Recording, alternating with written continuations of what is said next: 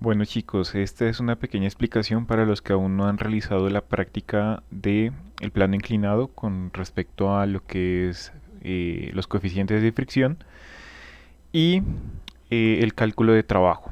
En este caso, aquí pues yo tengo un pequeño plano inclinado que lo he fabricado a partir de balso. Tiene pues obviamente un soporte acá. No es tan difícil hacer un plano inclinado, sino no es la gran cosa. Y la idea es que con este plano pues obviamente podamos obtener el coeficiente de fricción entre la superficie que tenemos acá en contacto, que puede ser cualquiera, en este caso pues va a ser madera de balso, para el caso pues obviamente que yo estoy trabajando aquí. En sus casos pues puede ser netamente madera, el hecho es que sea una superficie lisa, en la cual pues obviamente pueda resbalar un objeto. Si es corrugada, por ejemplo una tabla de una cava, pues obviamente no va a servir. Con esto, la idea es tener el plano inclinado y posiblemente ubicar un objeto para que se pueda resbalar sobre él. En este caso, no tengo un taco de madera como tal. En este caso me conseguí un cepillo. En este caso un cepillo. En este caso este cepillo es esta forma que creo que es por triplex. En este caso posiblemente es completamente liso, pero obviamente es otro tipo de madera. Entonces la idea, por ejemplo acá, es al momento de hacer, por ejemplo, ahí tenemos la primera superficie de contacto, pues obviamente será madera de balso con otro tipo de madera, pues obviamente aquí sería madera tipo triplex. Y la idea es ir levantando el plano inclinado hasta que justamente el objeto se empiece a mover. Justo en ese instante nos detenemos y miramos cuál sería la inclinación del plano inclinado. En este caso, pues obviamente es un poquito de paciencia. Por eso en la guía se indica que hay que repetirlo tantas veces. Entonces acá pues obviamente lo vamos subiendo hasta que justo llega un instante donde esto empieza a, ¿qué es? A moverse. No necesitamos que se corra del todo, solo que llega un instante donde él intente moverse y pues bueno, si se corre del todo, pues nos detenemos ahí y medimos cuál sería la inclinación del plano inclinado. Entonces en este caso aquí se irá levantando hasta que llegue justo un instante donde el objeto pues obviamente romperá su estado de fricción y se empezará a mover. Entonces en este caso, justo en ese instante, nos detenemos, medimos, aquí hay que detenernos, nos podemos poner a medir, en este caso pues toca utilizar la ayuda de un transportador. Entonces en este caso, yo aquí voy a hacer una suposición, aquí hay más o menos unos 35, no, unos 46 grados. Sí, aquí estoy haciendo una suposición, un, un ojo con un ojo de águila. Es igual, volvemos a repetir, la idea es repetirlo, ir anotando para sacar promedios. Recuerden todo el proceso experimental que conlleva hacer esto. Aquí vuelve y juega, la idea es irlo levantando. Justo ahí donde empezó a moverse, hay que repetirlo. Justo en ese instante,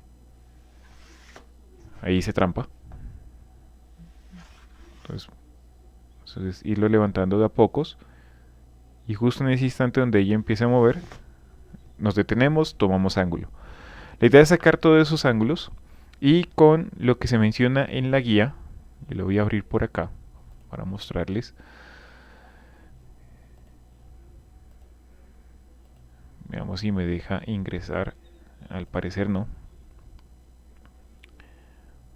Voy a abrir por acá. Voy a minimizar un rato la cámara.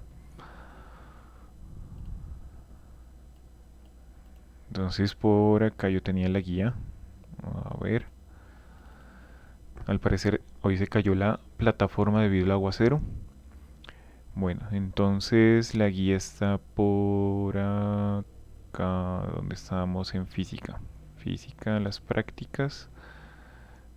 Entonces por aquí debe estar la del plano inclinado.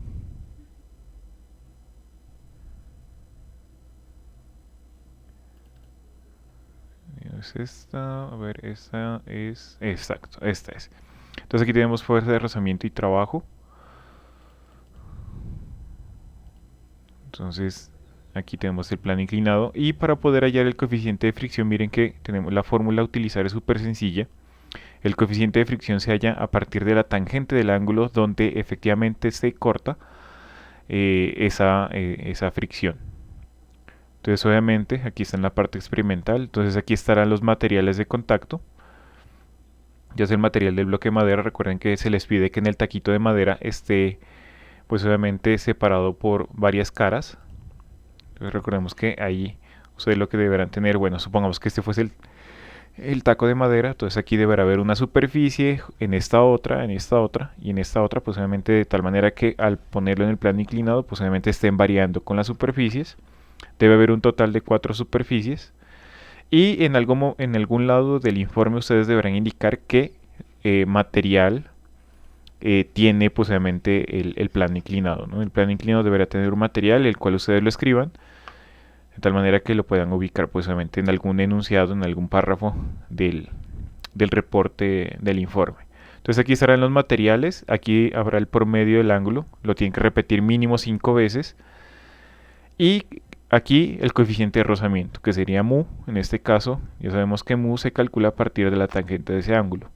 Aquí está la demostración matemática en relación a cómo se calcula matemáticamente el coeficiente de fricción a partir del estado experimental, del montaje. Entonces aquí está. Ahí están los despejes y cómo se halla el coeficiente de fricción. Entonces esa sería la primera parte de este laboratorio, llenar esta información. Obviamente hay que contestar unas preguntitas del cuestionario en relación a esta parte experimental.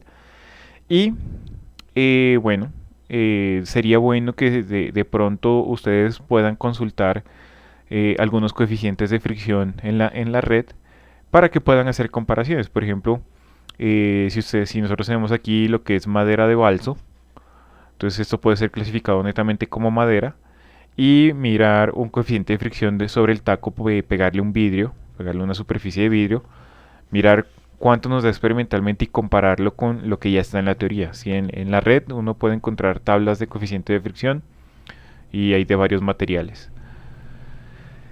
En el proceso experimental 2, que también es utilizando este plano inclinado, deberemos hacer un montaje para hacer cálculos de fuerzas y con esas fuerzas y el desplazamiento que se mueva pues el taco de madera acá, calcular trabajo. En este caso vamos a entrar a la parte del cálculo de trabajo y energía, por tanto esta práctica está enfocado a eso, esta parte experimental de este pequeño laboratorio. Entonces igual la idea es que ustedes tengan pues el plano inclinado, en este caso por ejemplo ahí, de dejarlo estático con una inclinación que ustedes crean conveniente y deberán tener pues obviamente un soporte. Entonces, por ejemplo yo aquí me voy a inventar con unos ganchos, entonces tener un soporte donde ustedes puedan colocar alguna polea. Entonces por ejemplo aquí colocar, no sé, yo tengo este gancho y colocar aquí una ruedita o algo donde ustedes puedan simular una polea. Yo por aquí tenía una polea chiquita, pero bueno, se perdió. Entonces tener una polea de tal manera pues que pueda facilitar el movimiento del objeto que va a estar aquí colgando. Entonces igual la idea es tener el objeto acá que va a estar sobre la superficie.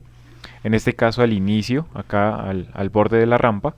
Ahí no se alcanza a ver muy bien, que esté justo al borde de la rampa, donde pues obviamente la condición inicial aquí de este experimento pues obviamente va a ser aquí.